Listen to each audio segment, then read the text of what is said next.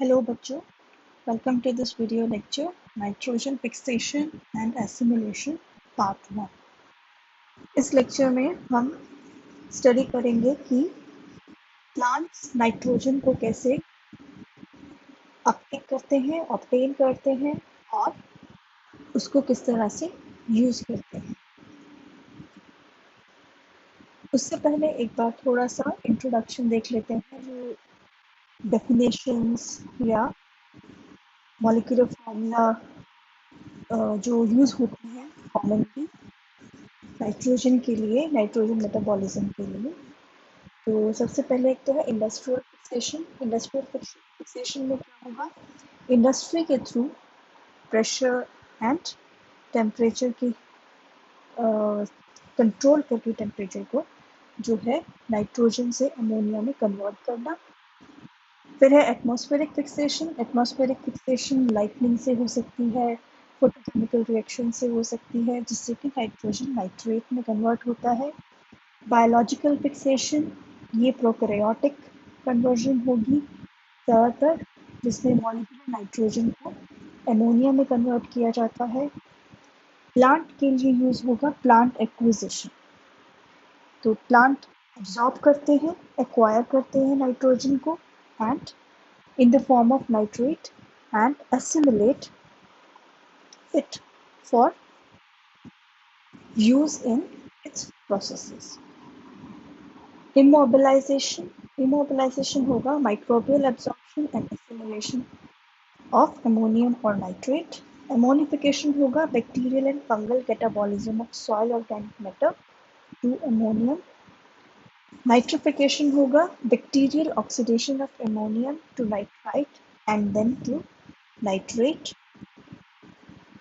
Mineralization होगा bacterial and fungal catabolism of soil organic matter to mineral nitrogen through ammonification or nitrification.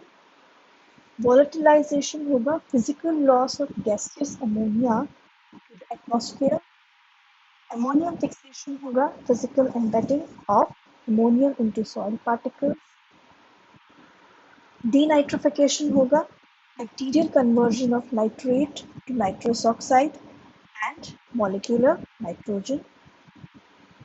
And nitrate leaching होगा physical flow of nitrate dissolved in groundwater out of the topsoil and eventually into the oceans.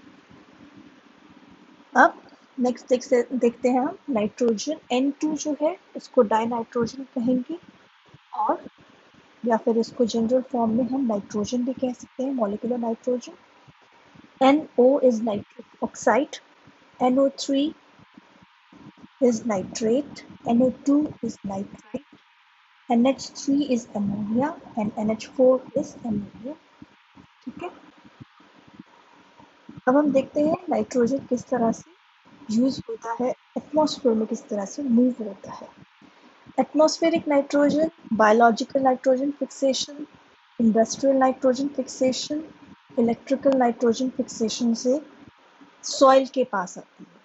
ठीक है, soil में वो biological and industrial nitrogen fixation के through ammonia की form में present होती है।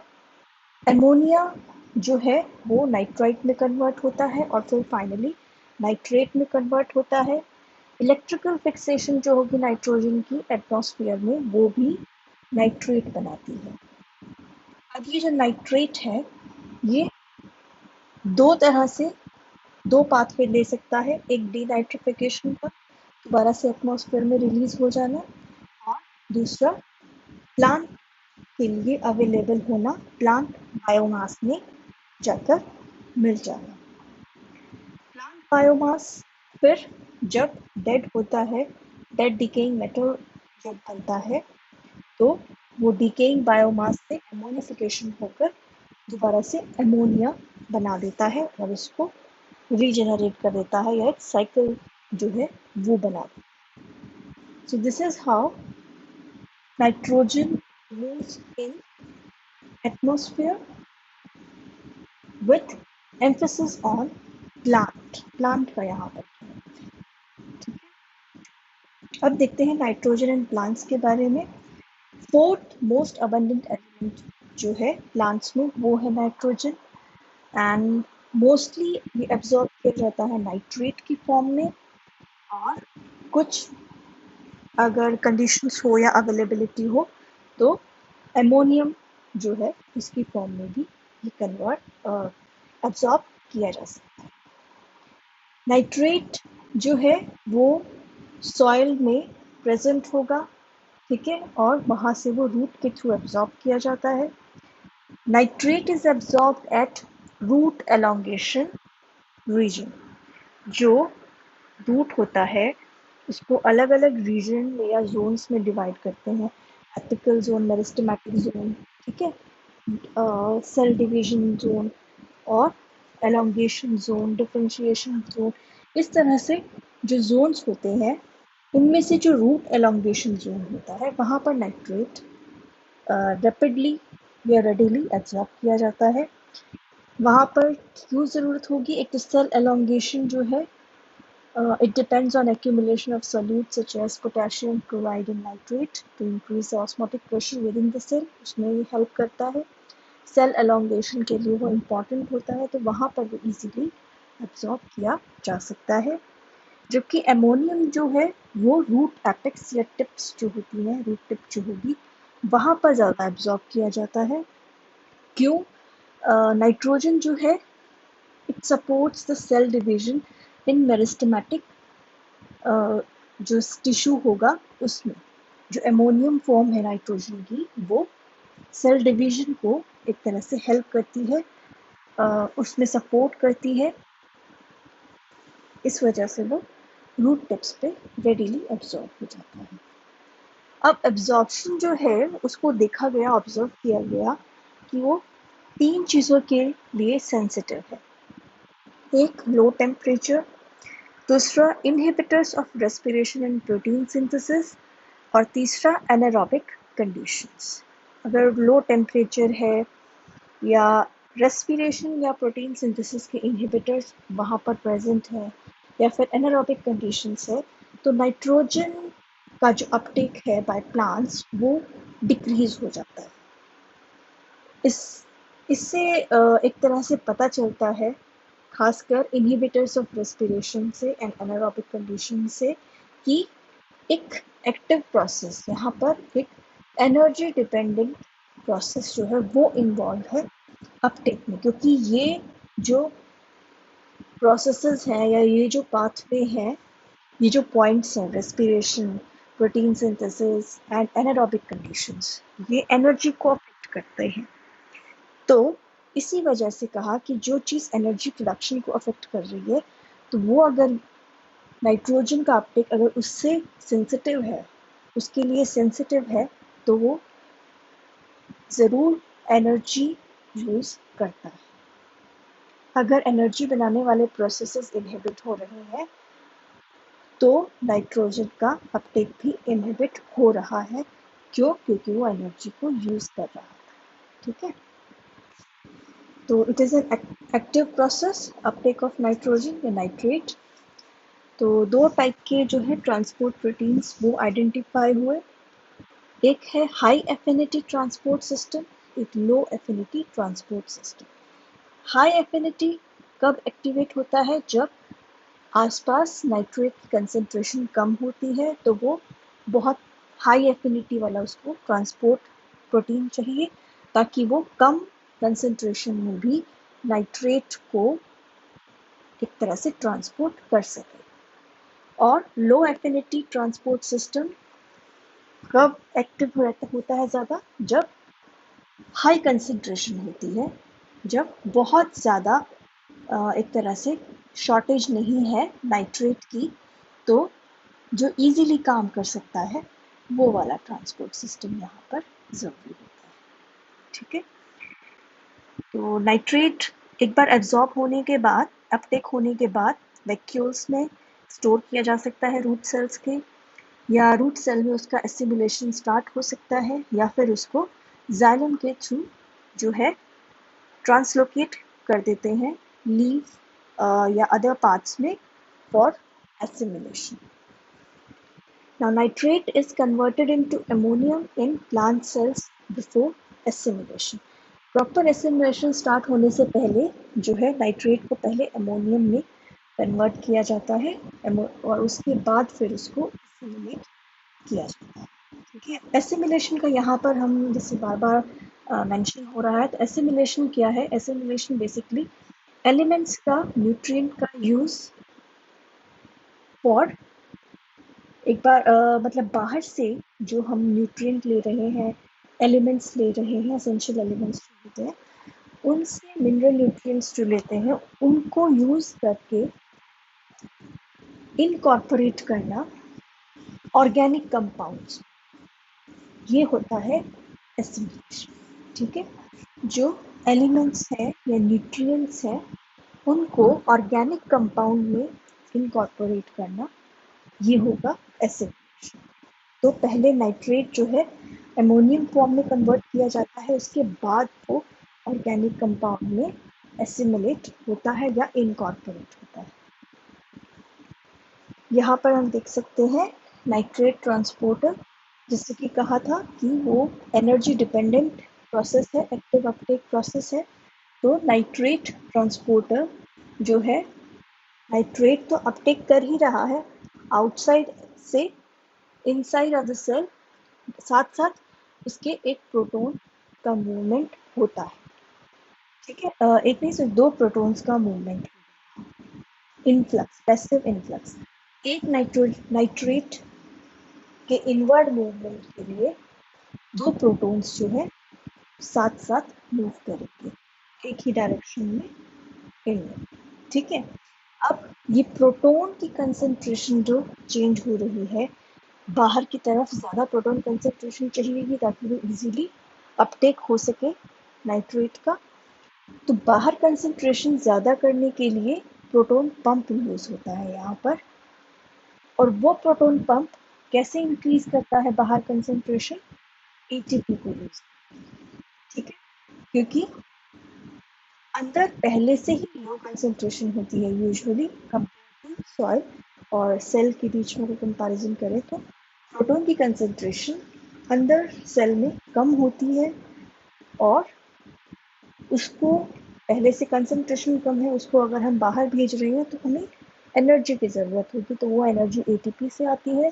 प्रोटॉन पंप एटीपी को यूज़ करता है और प्रोटॉन को बाहर भेज देता है. एक्टिव एक तरह से ट्रांसपोर्ट है प्रोटॉन का. ठीक है, एक्टिव ई फ्लक्स यानी बाहर भेजना. अब जब ये प्रोटॉन बाहर आ गया है सॉइल में, तब नाइट्रेट की जब मूवमेंट होगी तो इसका इनफ्लक्स होगा, पैसिव होगा, वो डाउन द कंसंट्रेशन ग्रेडियंट होगा. तो उसमें कोई दिक्कत नहीं है, बस बाहर लाने के लिए प्रोटॉन को एटीपी की जरूरत होती है, इसलिए उसको एक्टिव प्रोसेस कहा गया है. ठीक है, अब हम स्टार्ट करते हैं एसिमिलेशन. नाइट्रेट एसिमिलेशन कह सकते हैं हम प्रॉपर अगर टर्म्स में कहें तो. सबसे पहले क्या होगा?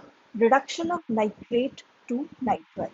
नाइट्रेट जो है वो नाइट्राइट में कन्वर्ट होता है. पहले रिएक्शन इसकी कैटेलाइज होती है नाइट्रेट रिडक्टेज से. ये एंजाइम साइटोप्लाज्म में प्रेजेंट होता है. इस एंजाइम के 3 प्रोस्थेटिक ग्रुप्स हैं और 2 सब यूनिट्स हैं, और उन दोनों सब यूनिट्स में 3 प्रोस्थेटिक ग्रुप्स. ठीक है, नीचे आप डायग्राम भी देख सकते हो. 2 जो है यहाँ पर सब यूनिट्स दिखाई हैं, ये पूरा एक एंजाइम है जिसमें 2 सब यूनिट्स. ठीक है, और दोनों सब यूनिट्स के 3 पार्ट हैं, 3 प्रोस्थेटिक ग्रुप्स हैं, FAD, heme and pterin. Molybdenum complexed to an organic molecule. ठीक है, मोलिबिडिनम कॉम्प्लेक्स्ड के लिए MOCO लिखा है यहाँ पर. ठीक है, तो इसमें N टर्मिनस है एंड C टर्मिनस है. C मतलब कार्बोक्सिल, N मतलब अमीनो. ठीक है, तो होता क्या है? The enzyme is the main molybdenum containing protein which is evident by the accumulation of nitrate when plant is deficient in molybdenum. Molybdenum जो है नाइट्रेट रिडक्टेज में ही बहुत ज़्यादा इम्पॉर्टेंट रोल प्ले करता है। तो जब डेफिशिएंसी होती है, अगर मोलिब्डेनम की डेफिशिएंसी होगी तो प्लांट के अंदर नाइट्रेट की कंसंट्रेशन इंक्रीज हो जाती है, क्योंकि वो आगे एंजाइम में एंजाइम की हेल्प से वो एसिमिलेट नहीं हो पाता। ठीक है। लाइट की प्रेजेंस में प्रोटीन जो है, इसकी रेगुलेशन की बात करें तो फॉस्फेटेज जो है वो एक्टिवेट होता है नाइट्रेट रिडक्टेज को डीफॉस्फोरिलेट करके। ठीक है। वो जो ये नाइट्रेट रिडक्टेज है, ये डीफॉस्फोरिलेटेड स्टेट में एक्टिव रहता है, और इसको डीफॉस्फोरिलेट करके रखने का काम किसका है? फॉस्फेटेज का। ठीक है। और ये फॉस्फेटेज कब एक्टिव रहता है? लाइट। ठीक है। डार्क जब कंडीशंस होंगी तो मैग्नीशियम आयन, या जब मैग्नीशियम आयन की कंसंट्रेशन ज़्यादा होगी और डार्क कंडीशंस होंगी, एक प्रोटीन काइनेज है, वो फॉस्फोरिलेट कर देता है नाइट्रेट रिडक्टेज को। फॉस्फोरिलेशन मतलब इनएक्टिवेशन, यानी उसको इनएक्टिवेट कर देता है। ठीक है। जब वो इनएक्टिवेट होता है, उस फॉस्फोरिलेट होता है, तब वो एक 14-3-3 इनहिबिटर प्रोटीन के साथ अटैच हो जाता है। अब ये प्रोटीन अगर एक बार अटैच हो जाए तो वो कंप्लीटली इनएक्टिवेट हो जाएगा। जब तक 14-3-3 इनहिबिटर प्रोटीन अटैच नहीं होगा, वो उसके पास चांस है कि वो दोबारा से डीफॉस्फोरिलेट होकर एक्टिवेट हो जाए नाइट्रेट रिडक्टेज। ठीक है। लेकिन अगर 14-3-3 इनहिबिटर प्रोटीन यहाँ पर अटैच हो जाता है तो वो मुश्किल होता है, ऑलमोस्ट इम्पॉसिबल है, नेक्स्ट टू इम्पॉसिबल है कि वो दोबारा से एक्टिवेट हो जाए। तो यहाँ पर होता क्या है, इसमें प्रोसेस क्या है, कैटालिसिस कैसे होता है? NADH जो है और 2 इलेक्ट्रॉन्स जो हैं वो आते हैं। ठीक है। नाइट्रेट जो है प्लस NADPH या NADH plus protons plus 2 electrons. ठीक है। तो यहाँ पर हम 2 लिख सकते हैं, 2 NADPH, 2 प्रोटॉन्स एंड 2 इलेक्ट्रॉन। तो ये देखते हैं हमको, ये देते हैं एन नाइट्राइट। ठीक है। एंड दूसरा NADP जो है, और तीसरा एक वाटर मॉलिक्यूल। ठीक है। तो ये इसकी एक रिएक्शन है नाइट्रेट से नाइट्राइट बनने की। यहाँ पर NADPH या NADH यूज होता है। ठीक है। इलेक्ट्रॉन्स यूज होते हैं, a pair of electron, and एक प्रोटॉन जो है वो यूज होता है। यहाँ पर देख सकते हो रेगुलेशन की, नाइट्रेट रिडक्टेज की रेगुलेशन कैसे होती है। नाइट्रेट रिडक्टेज की जीन जो इस एंजाइम को बनाती है, वो डायरेक्टली जो है नाइट्रेट, लाइट एंड सुक्रोज से एक्टिवेट होती है एंड ग्लूटामिन से इनहिबिट होती है। ठीक है। अब फॉर एग्जांपल अब हम देखते हैं, जैसे नाइट्रेट रिडक्टेज सिंथेसाइज हो चुका है, बन गया है ये एंजाइम और एक्टिव फॉर्म में है, लेकिन जब डार्क कंडीशंस होंगी और मैग्नीशियम आयन की कंसंट्रेशन ज़्यादा हो जाएगी, तो नाइट्रेट रिडक्टेज काइनेज एंजाइम जो था वो इसको फॉस्फोरिलेट कर देगा। फॉस्फोरिलेशन होने से 14-3-3 प्रोटीन इनहिबिटर जो है वो इसके साथ अटैच हो सकता है, और अटैच होने के बाद वो कंप्लीटली इनएक्टिवेट हो जाएगा। ठीक है। सिर्फ फॉस्फोरिलेटेड फॉर्म जो होगी वो एक्टिव हो सकती है, लेकिन उसको जल्दी से वहाँ से डीफॉस्फोरिलेट होना होगा, तभी वो काम कर सकती है।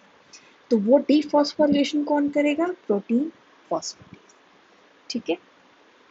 साथ ही जो हेक्सोस फॉस्फेट्स हैं या ट्रायोस फॉस्फेट शुगर मॉलिक्यूल्स जो हैं, वो भी जो है काइनेज को इनहिबिट कर सकते हैं। जैसे यहाँ लिखा था ना, नाइट्रेट रिडक्टेज की जीन जो है वो सुक्रोज से प्रमोट होती है। ठीक है। इंड्यूस होती है। ऐसे ही सुक्रोज कह सकते हैं, ग्लूकोज कह सकते हैं, या ट्रायोज जो फॉस्फेट्स हैं, उनकी प्रेजेंस में जो फॉस्फोरिलेटिंग एंजाइम है वो इनहिबिट हो जाता है। ठीक है, और अगर ये नहीं होंगी कंसंट्रेशंस तो वो इनहिबिट नहीं होगा और क्या करेगा, फॉस्फोरिलेशन करेगा, फॉस्फोरिलेशन होने से वो इनएक्टिवेट हो सकता है। तो जो नाइट्रेट प्रोडक्टेज है, it is regulated by phosphorylation and dephosphorylation mechanism. ठीक है, सेकेंड स्टेप आता है reduction of nitrite to ammonium. Ammonium में रिडक्शन नाइट्राइट का। ठीक है, तो it is catalyzed by nitrite reductase, which is a ferredoxin dependent enzyme, and it converts nitrite to ammonium. Nitrite जो है वो एक हाईली रिएक्टिव मॉलिक्यूल है। इसकी वजह से इसको ज़्यादा टाइम तक स्टोर करके नहीं रख सकते।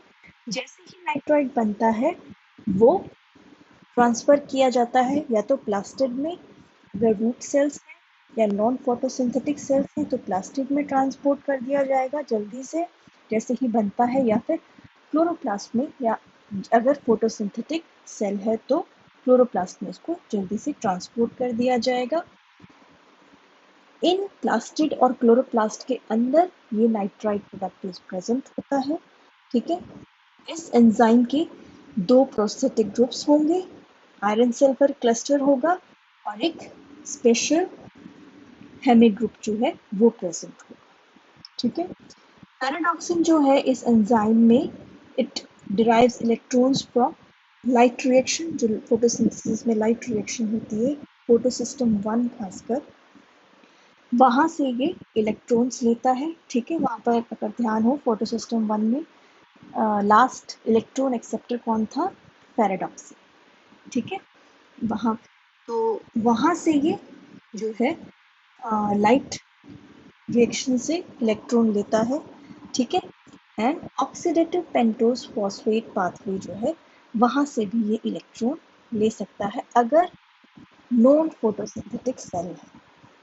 ठीक है, अगर ध्यान हो पर ध्यान से देखो, नाइट्राइट रिडक्टेज जो है दो जगह प्रेजेंट हो सकता है, रूट सेल्स या नॉन फोटोसिंथेटिक सेल्स में वो प्लास्टिड में प्रेजेंट होगा। ठीक है, और फोटोसिंथेटिक सेल्स में वो क्लोरोप्लास्ट में प्रेजेंट होगा। अगर नॉन फोटोसिंथेटिक सेल की बात करें तो पैराडॉक्सिन लाइट रिएक्शन से इलेक्ट्रॉन्स लेगा, sorry oxidative pentose phosphate pathway से जो है इलेक्ट्रॉन लेगा, और अगर फोटोसिंथेटिक सेल की बात करें तो वो पैराडॉक्सिन लाइट रिएक्शन से इलेक्ट्रॉन्स लेगा। ठीक है, अब light and nitrate induces the synthesis of enzyme. Nitrite reductase जो एंजाइम है इसका सिंथेसिस नाइट्रेट जो बना है दूसरा लाइट से, नाइट्रेट सॉरी जो अपटेक हुआ है उससे, और जो लाइट है उसकी प्रेजेंस में वो सिंथेसाइज होता है। जबकि एंड प्रोडक्ट्स जो होते हैं एसिमिलेशन के लास्ट में, जो कंप्लीट एसिमिलेशन जब होता है तो एस्पेराजिन, ग्लूटामिन, इस तरह के कंपाउंड्स बनते हैं। तो एंड प्रोडक्ट्स उसको इनहिबिट करते हैं, इस एंजाइम की सिंथेसिस को, नाइट्राइट रिडक्टेज की सिंथेसिस को इनहिबिट करेंगे। जबकि नाइट्रेट का अपटेक होने से जो नाइट्रेट कंसंट्रेशन इंक्रीज हुई है एंड लाइट, जिससे कि पैराडॉक्सिन इलेक्ट्रॉन्स लेता है, तो ये इसकी सिंथेसिस को प्रोमोट करेंगे। ठीक है, अब हम यहाँ देख सकते हैं कि कैसे ये प्रोसेस होता है। लाइट से इलेक्ट्रॉन्स आए, ठीक है, पैराडॉक्सिन जो था वो रिड्यूस हुआ और फिर वो जाता है नाइट्राइट रिडक्टेज के पास इलेक्ट्रॉन।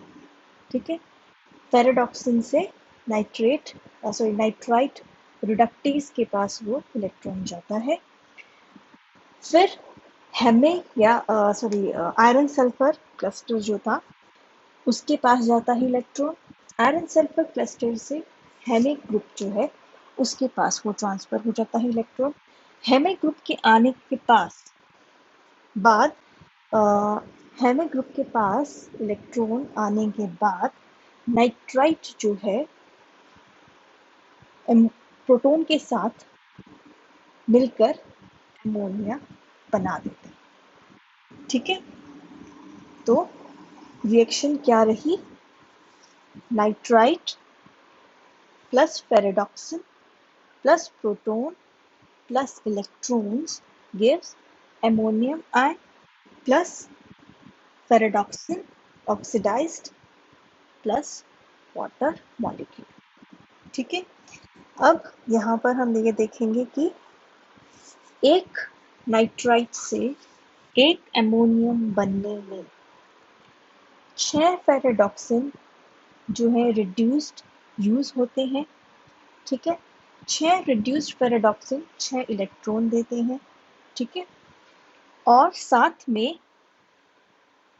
यहाँ देख सकते हो जहाँ नाइट्राइट एंटर कर रहा है, अटैच हो रहा है एंजाइम से, प्रोटॉन भी साथ में इन्वॉल्वमेंट है, तो 8 प्रोटॉन जो है यहाँ पर यूज होते हैं। ठीक है, तो इससे हमें क्या प्रोडक्ट मिलता है?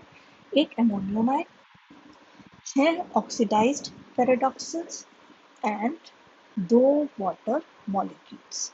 ठीक है, अब यहाँ पर देखो 8 प्रोटॉन लिखा है, जिसमें से 4 हाइड्रोजन एटम्स जो है वो तो अमोनियम में चले गए और 4 जो है वो वाटर मॉलिक्यूल चले गए। ठीक है, इस तरह से ये एक तरह से कंपार्टमेंटलाइज हो जाता है या डिस्ट्रीब्यूट हो जाता है। ठीक है, तो यहाँ इस तरह से होती है नाइट्राइट रिडक्टेज में रिएक्शन। ठीक है, अब बात करते हैं हम अमोनियम एसिमिलेशन की। अब जो हमारे पास अमोनियम बना है वो आगे ट्रांसपोर्ट होता है एसिमिलेशन के लिए, या प्रॉपर कह सकते हैं इनकॉर्पोरेशन टू ऑर्गेनिक कंपाउंड्स। ठीक है, तो it is assimilated via GOGAT system. ठीक है, ये रूट एंड लीफ सेल्स में मिलता है। GS stands for glutamine synthetase, ठीक है, and it is found in root cell cytoplasm and leaf cell cytoplasm और chloroplast। मतलब रूट सेल के तो सिर्फ साइटोप्लाज्म में मिलता है, और लीफ सेल्स जो होंगे यानी फोटोसिंथेटिक जो सेल्स होंगे उनमें साइटोप्लाज्म में भी होगा एंड क्लोरोप्लास्ट में भी प्रेजेंट होगा। ठीक है, और ये करता क्या है? ग्लूटामेट जो कि कंपाउंड ऑर्गेनिक कंपाउंड एटीपी की प्रेजेंस में अमोनियम को अटैच कर देता है ग्लूटामेट के साथ। जब ग्लूटामेट से अमोनियम अटैच होता है, अमीनो ग्रुप अटैच होता है, तो ग्लूटामीन बनता है। ठीक है, and ADP amino organic phosphate जो है वो रिलीज हो जाता है। सो ये है ग्लूटामीन सिंथेटेज की रिएक्शन। ठीक है, दूसरा है GOGAT। GOGAT जो है it is also known as glutamate synthase. Difference याद रखो, ग्लूटामिन सिंथेटेज, ठीक है, एंड ग्लूटामेट सिंथेज। तो ग्लूटामेट सिंथेज जो है इट इज इसको हम इसकी फुल फॉर्म देखें GOGAT की, तो वो है ग्लूटामेट 2-ऑक्सोग्लूटारेट अमीनो ट्रांसफरेज। इसका मेन काम क्या होता है? अमीनो ग्रुप को एक कंपाउंड से दूसरे कंपाउंड पे ट्रांसफर करना। ठीक है, ये प्रेजेंट होता है रूट सेल्स में, प्लास्टिड में एंड फोटोसिंथेटिक लीफ सेल्स में, क्लोरोप्लास्ट। ठीक है, 3 तरह का हो सकता है। NADH डिपेंडेंट प्लास्टिड में हो सकता है, वो क्या करेगा? रिवर्सिबल रिएक्शन कैटालाइज करता है ग्लूटामिन प्लस 2-ऑक्सोग्लूटारेट NADH की प्रेजेंस में, इट विल गिव 2 ग्लूटामेट। ठीक है, या फिर 2 ग्लूटामेट से एक ग्लूटामिन एंड एक 2-ऑक्सोग्लूटारेट प्लस NADH जो है वो यहाँ पर मिलता है। ठीक है, दूसरा NADPH डिपेंडेंट। ठीक है, ये प्लास्टिड में मिलेगा ये भी, and what it does is glutamine plus two oxoglutarate plus NADPH, यहाँ पर ये NADPH यूज करता है and catalyzes the conversion of glutamine to glutamate plus NADP। ठीक है, ये इसमें से बनता है। फेरेडॉक्सिन डिपेंडेंट जो होगा वो क्लोरोप्लास्ट के सेल्स में मिलेगा, क्लोरोप्लास्ट ऑर्गेनेल्स में मिलेगा सॉरी। और ये क्या काम करता है, ग्लूटामिन प्लस 2-ऑक्सोग्लूटारेट, 2 फेरेडॉक्सिन मिलकर रिवर्सिबल रिएक्शन कैटेलाइज करते हैं। वो उसमें होता क्या है, 2 ग्लूटामेट बनते हैं और 2 ऑक्सीडाइज्ड फेरेडॉक्सिन यहाँ पर मिलते हैं। ठीक है, तो एक तो है जो ग्लूटामेट से ग्लूटामिन बना रहा है और दूसरा है ग्लूटामिन से दोबारा ग्लूटामेट रीजनरेट करता है या एक तरह से रिफिल करता है। यहाँ देख सकते हो कि किस तरह से अमाइड ग्रुप जो है वो ट्रांसफर हो सॉरी अमीनो ग्रुप जो है वो ट्रांसफर हो रहा है। सबसे पहले देखो स्टार्टिंग में ग्लूटामेट है, ग्लूटामेट में एक अमीनो ग्रुप पहले से प्रेजेंट है। ठीक है,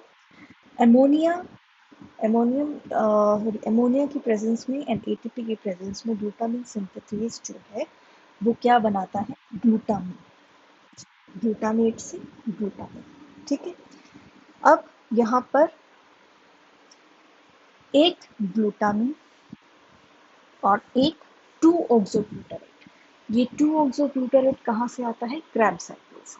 ठीक है, तो 2-ऑक्सोग्लूटारेट में हम देखते हैं यहाँ पर सेकेंड कार्बन जो है उसके ऊपर थोड़ा सा ध्यान रखना है कि वहाँ पर जो है अमीनो ग्रुप ट्रांसफर होता है। तो होता क्या है एक्चुअल में, ग्लूटामिन प्लस 2-ऑक्सोग्लूटारेट, 2 ऑर्गेनिक कंपाउंड्स हैं ये दोनों साथ आते हैं।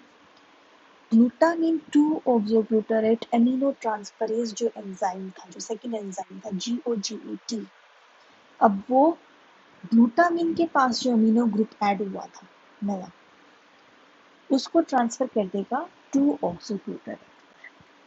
ठीक है, रिजल्ट हमारे पास क्या होगा, 2 ग्लूटामेट के कंपाउंड्स। ठीक है, तो ये रिएक्शन जो है इस तरह से होती है एमिनो ट्रांसफरेज।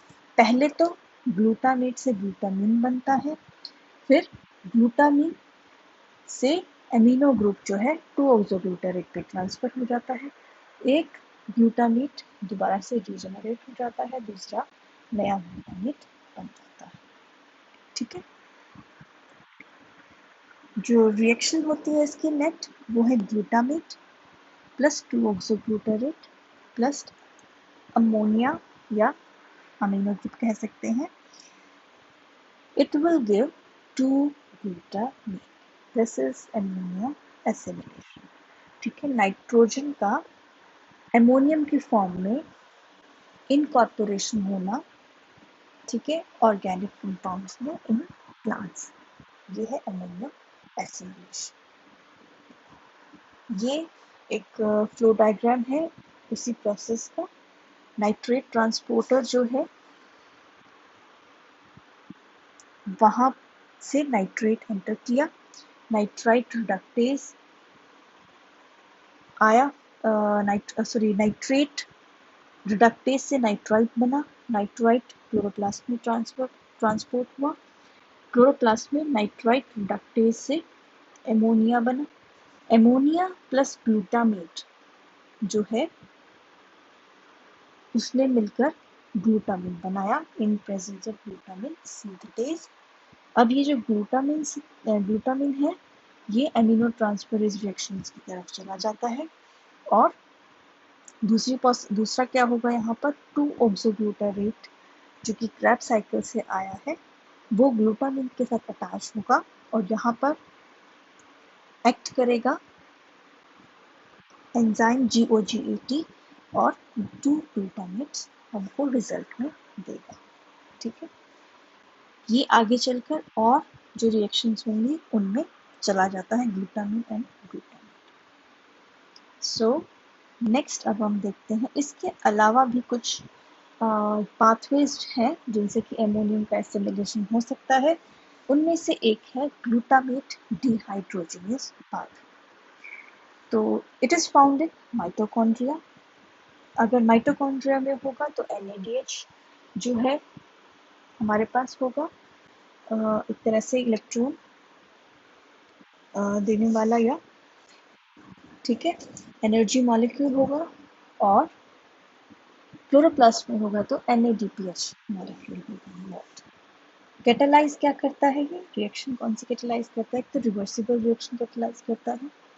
एक डायरेक्शन में ये डीएमिनेशन करता है ग्लूटामेट का, ठीक है, जो कि इसका प्राइमरी रोल है। दूसरी रिवर्स रिएक्शन में ये डायरेक्ट रिडक्टिव एमिनेशन करता है टू ऑक्सो ग्लूटामेट, ठीक है।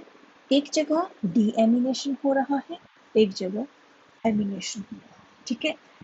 एक डायरेक्शन में तो डीएमिनेशन हो रहा है, तो उसी की रिवर्स डायरेक्शन में वो एक तरह से एमिनेशन या अमीनो को ऐड हो रहा है। तो नीचे रिएक्शन देख सकते हो, एमोनियम आयन है एंड 2-ऑक्सोग्लूटारेट है। फॉरवर्ड अगर जाएंगे तो हमें ग्लूटामेट मिलेगा, ठीक है। और रिवर्स अगर हम जाएंगे तो ग्लूटामेट से एमोनियम रिमूव होगा और रिजल्टिंग 2-ऑक्सोग्लूटारेट जो है हमको मिलेगा, ठीक है। तो this is alternative assimilation pathway of glutamate dehydrogenase, ठीक है। तो ये था about assimilation of ammonium nitrogen या नाइट्रेट भी कह सकते, ठीक है। डिफरेंट स्टेप्स में होगा। सबसे पहले नाइट्रोजन का नाइट्रेट की फॉर्म में अपटेक होगा, फिर नाइट्रेट जो है नाइट्राइट में कन्वर्ट होगा, नाइट्राइट अमोनियम में कन्वर्ट होगा, अमोनियम फिर जो है इनकॉर्पोरेट होगा ऑर्गेनिक कंपाउंड्स में, जिसको एसिमिलेशन कहते हैं, ठीक है। और ये इसका एक ऑल्टरनेट पाथ। अब यहाँ से जो ग्लूटामेट बनता है या 2-ऑक्सोग्लूटारेट बनता है, यहाँ से जो है ये दूसरे प्रोसेसेस से अटैच होता है, जिसमें कि एस्पेरेजिन और इस तरह के एलेंटोन और इस तरह के अमाइड जो है या अमीनो ग्रुप्स जो है, अमीनो एसिड्स जो कह सकते हैं, वो जो है सिंथेसाइज होते हैं। वो बाकी के हम नेक्स्ट लेक्चर में देखेंगे, ठीक है। तो इस लेक्चर में फिलहाल इतना ही। Okay then, take care, have a good day.